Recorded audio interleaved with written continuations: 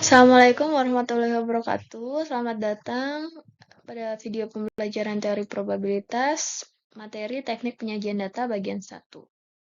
Sebelumnya kita sudah mengenal ukuran statistik, ada ukuran pemusatan dan letak. Nah, pada video ini kita akan membahas lebih lanjut terkait dengan ukuran penyebaran. Nah, untuk ukuran penyebaran ini yang biasa digunakan itu ada pertama ini ya, interquartile range atau quartile spread, mid spread atau edge spread ya. Jadi jarak antar kuartil yaitu Q3 dikurangi Q1. Kemudian juga bisa dari range ya. Range itu berarti nilai tertinggi dikurangi nilai terendah. Kemudian dari variansi, nanti di sini teman-teman akan mengenal ada variansi dan juga ada istilah standar deviasi ya. Nah, kalau teman-teman lihat di sini ini ada dua, tapi sebenarnya sama formulanya. Hanya saja yang sebelah kiri ini untuk menggambarkan variansi sampel. Kalau yang ini untuk variansi populasi atau dia parameter ya. Nah, kemudian juga kita bisa menghitung koefisien variasi ya. Ini rumusnya. Nah, pertama adalah range. Tadi ya, range itu simbolnya R. Ini kita hitung highest value dikurangi lowest value.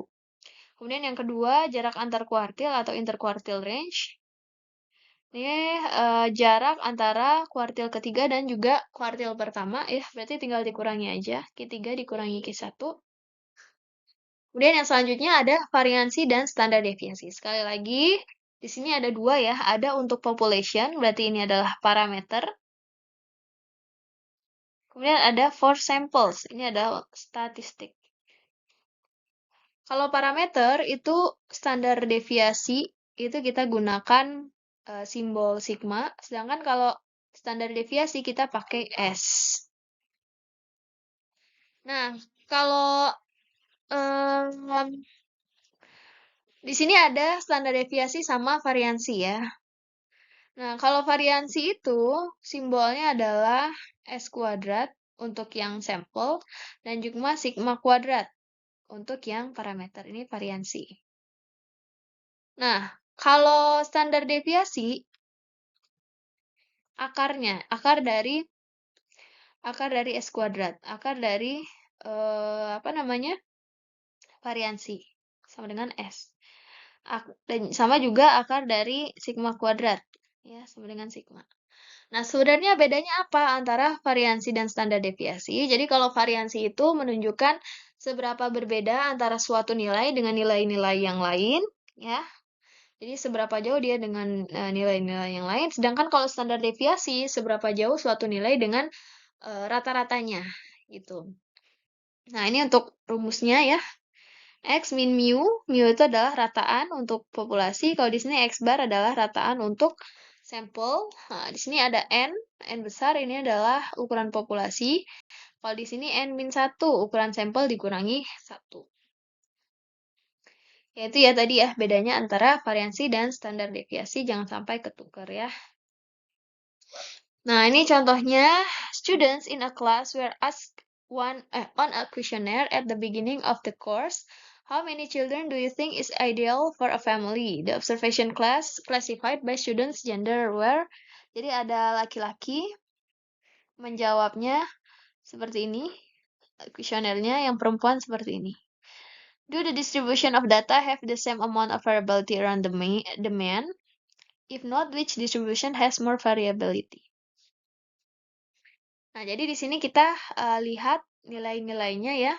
Misalnya ini untuk yang standar deviasi yang laki-laki. Standar deviasi untuk laki-laki. Nilainya adalah 0,002,444 ya. Nah, ini akan kita bandingkan dengan nilai rata-ratanya. Jadi kita harus hitung dulu rata-ratanya berapa.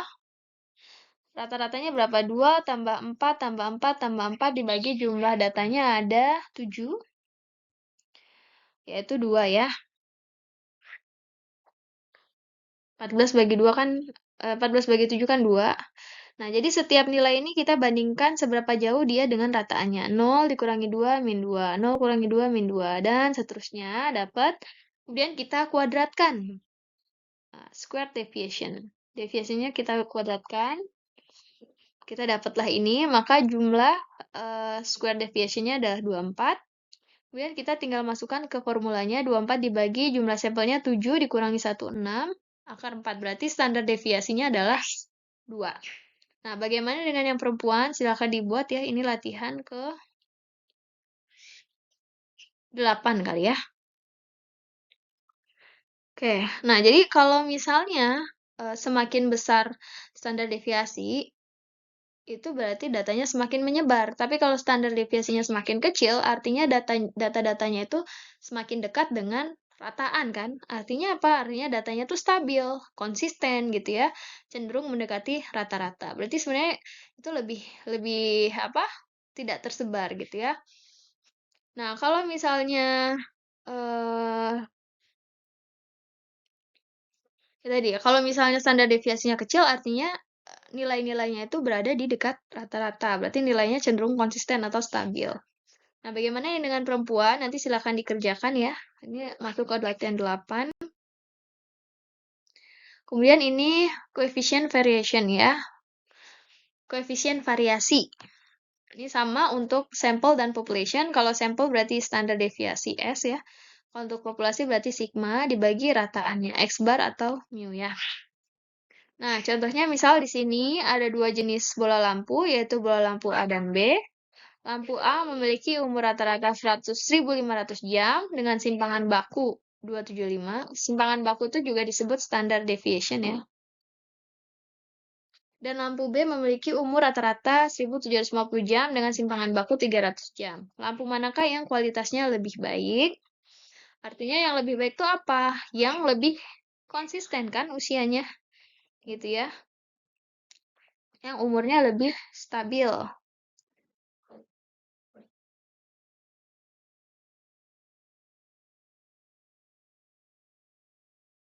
Kalau misalnya apa namanya? Lampu A dan lampu B ternyata apa namanya?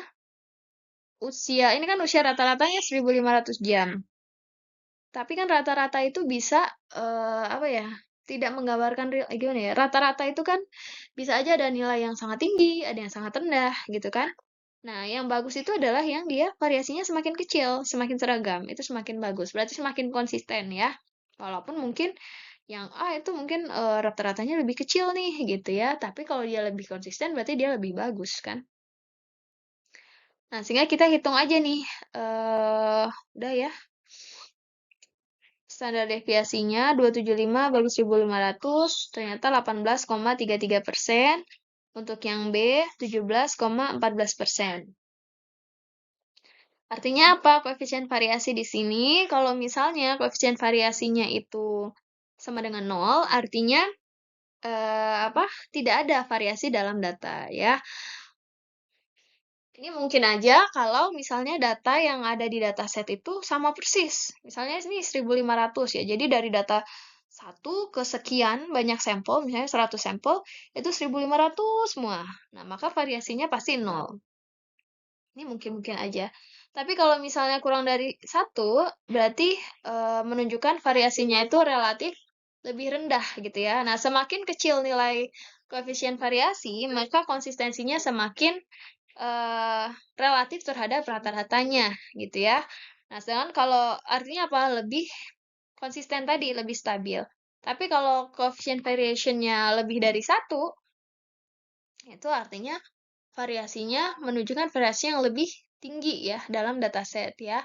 Semakin tinggi berarti variabilitasnya semakin besar gitu ya, menandakan variasinya sangat bisa besar juga gitu ya, atau tidak stabil ya. Tapi kalau misalnya coefficient variation-nya 1, itu artinya menunjukkan bahwa variasi dalam data itu sama dengan rata-ratanya gitu ya, mengindikasikan bahwa variabilitas datanya itu adalah 1 kali dari rata-ratanya gitu ya. Seperti itu. Terima kasih, silakan mengerjakan tugas latihan 1 sampai latihan 8 yang ada di dalam video 1, 2, dan video 3.